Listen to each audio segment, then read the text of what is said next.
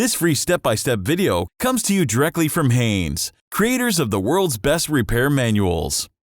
Fix your car or truck the right way with our accurate and reliable information at your side.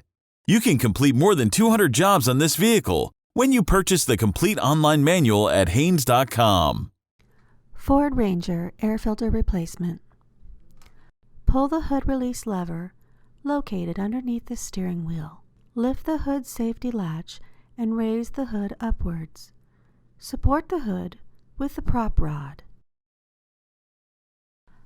Slide out the safety tab, then disconnect the electrical connector from the mass airflow sensor. Loosen the hose clamp, then disconnect the air inlet tube from the filter housing cover. Detach the two cover retaining clips, then lift off the cover. Lift out the air filter element.